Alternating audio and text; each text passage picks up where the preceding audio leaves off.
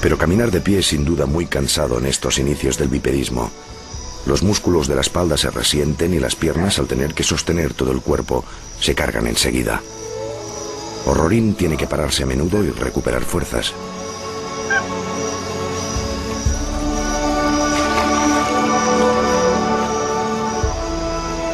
Orrorin fue descubierto por un equipo de paleontólogos franceses, keniatas y japoneses, codirigidos por Brigitte Senaud y Martin Pickford. Orrorin tugenensis fue encontrado a finales del año 2000 en Kenia, en la región del lago Baringo. Las primeras piezas fueron descubiertas por Kiptalan Cheboy, el jefe de nuestros trabajadores, y consisten en 2 trozos de mandíbula. Pocos días después, Martin Pickford encontró 4 pedazos de fémur. Luego yo tuve la suerte de encontrar este húmero. Estábamos muy emocionados porque el húmero era de un ser bípedo y la mandíbula tenía dientes más humanos. Teníamos un individuo bípedo con dientes humanos. Orrorin era efectivamente uno de los primeros homínidos. Por supuesto, tuvo antepasados y descendientes, pero con él nos hacemos una idea de lo que podía ser un homínido primitivo de 6 millones de años. Si consideramos el conjunto de los huesos, podremos llegar a estimar el tamaño de este animal. Probablemente medía 1,50 m, pesaba 30 o 40 kilos, y si ustedes le hubieran visto andar, habrían pensado, mira, un humano con un andar un poco raro. No creo que lo confundieran con un chimpancé, que es bastante más cuadrúpedo. Orrorin estaba integrado en su medio. Vivía con otros muchos animales. Este individuo en concreto, es otro fémur, presenta las huellas de la mordedura de un carnívoro. Por lo tanto, este individuo fue presa de un carnívoro, probablemente de un animal parecido a un leopardo. Pueden ver las marcas allí donde el animal ha mordido el hueso para separar la pierna de la cadera. De hecho, todas las muestras de Orrorin que hemos encontrado presentan las mismas marcas. Así que tenemos a un animal que formaba parte de un medio, que interactuaba con él y que también era presa de los carnívoros. La vida pende de un hilo. Hay que estar alerta, vigilante. La familia de Orrorin perderá muchos de los suyos por el camino.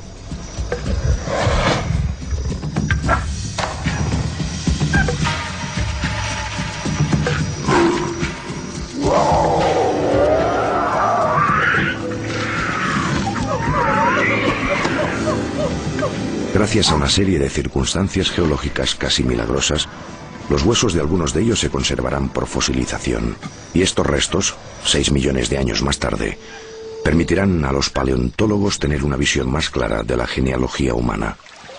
El descubrimiento de Orrorin era excepcional, ya que por primera vez nos encontrábamos frente a un antepasado humano de 6 millones de años.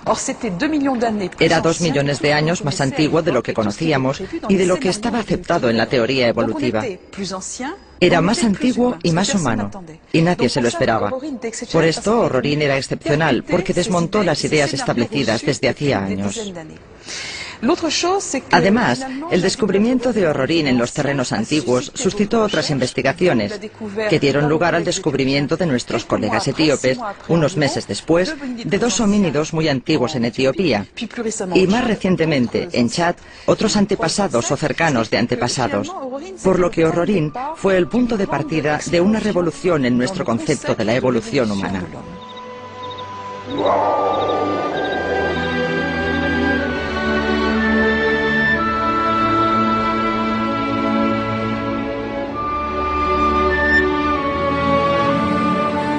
A 2000 kilómetros de la cuna de Orrorin, en la región del lago Chad, otro gran simio se puso de pie. O como mínimo es lo que parece indicar la forma de su cráneo. Fue descubierto en el año 2001 en una región totalmente desértica en la actualidad, pero que entonces era muy verde. Este otro prehumano se llama Tumai. Su transición al bipedismo, como para Orrorin, fue gradual. Necesitaron miles de años para adaptarse a esta nueva forma de desplazarse, miles de años para entender que sus patas delanteras se habían convertido en brazos y que sus manos, al quedar libres, podían hacer 1000 cosas. Había días de gran desánimo y otros más tranquilos. Orrorin y Tumai vivían en paz con muchas otras especies, como el calicotero, Ni presa ni depredador, solo un agradable vecino. Durante cientos de miles de años, Orrorin y Tumai explorarán esta nueva forma de vida. Tendrán hijos y nietos a los que transmitirán su extraordinario descubrimiento, el bipedismo. Y luego dejarán sitio a nuevas familias, igual como ellos tomaron el sitio de unos antepasados que conocemos muy poco. Entonces, ¿de dónde viene Orrorin? No se sabe muy bien. Se encuentra entre los últimos grandes simios, los samburupithecos, que tienen unos 9,5 millones de años, y los australopithecos, en un punto intermedio. Suponemos que hace unos 8 millones de años se dio esta primera divergencia entre los grandes simios africanos y el hombre. Luego, un poco más tarde, hace unos 6 millones de años, se dio una segunda divergencia entre los australopithecos y la vía humana. Y Orrorin se quedó sobre la vía humana. Por lo tanto, creemos que entre los samburupithecos de hace 9,5 millones de años y Orrorin existieron otros animales, pero aún no los conocemos. Nuestros antepasados eran arborícolas y se movían muy bien por los copos de los árboles. De hecho, nosotros todavía conservamos bastantes capacidades para trepar por los árboles, pero además de eso somos bípedos. Nos preguntamos por qué los homínidos adoptaron la postura erguida. Hay varias ventajas. Una de ellas es que al mantener el cuerpo vertical se reduce la superficie corporal que se expone a la radiación solar y así se facilita la refrigeración del cuerpo en ambientes muy soleados y muy calurosos. Por otro lado, la postura erguida permite transportar diferentes tipos de objetos, como por ejemplo crías, o como por ejemplo alimentos, o bien utensilios. Y por último, al elevarnos, podemos aumentar nuestro campo visual.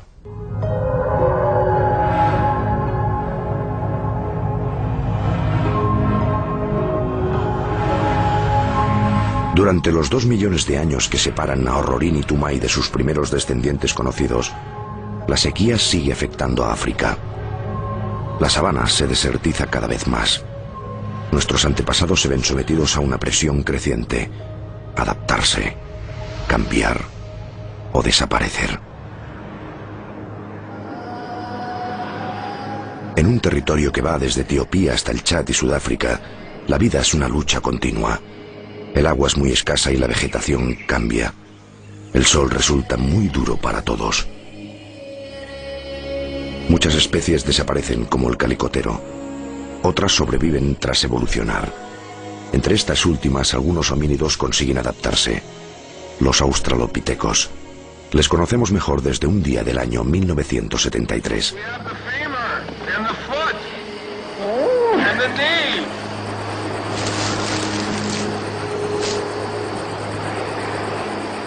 Aquel día, el equipo franco-americano dirigido por Yves Copin, Donald Johansson y Maurice Tayeb descubrió los primeros restos fosilizados de una hembra de australopiteco.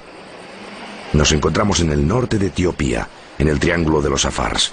Por consiguiente, su nombre científico será Australopithecus afarensis.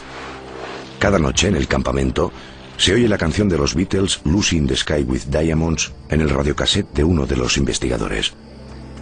Así fue como el equipo bautizó esta mujercita. Se llamará Lucy. En las excavaciones se encontrarán 52 huesos de su esqueleto, una cosecha excepcional. Los medios de comunicación de todo el mundo enseguida se enamoraron de Lucy y hablaron de ella como de la abuela de la humanidad.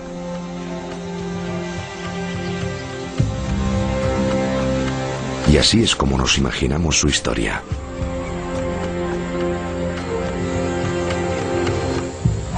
Érase una vez una pequeña Lucy que vivía sola en el valle del río Awash. Toda su familia ha desaparecido. Lleva una vida de vagabundeo solitario, llena de miedo y de angustia. Lucy mide 1,10 m y pesa unos 25 kilos. Tiene apenas 20 años, una edad ya madura para una australopiteco. Posiblemente haya tenido ya 4 o 5 hijos. Podría dejarse morir, pero está esperando a otro. Esta mañana, tras haber pasado la noche en un árbol, siente una presencia y una esperanza late en su corazón. Un pequeño grupo, bípedos como ella, pero diferentes. No lo sabe, pero lo siente. No son de la misma especie. Quizás sea peligroso, pero Lucy intentará acercarse.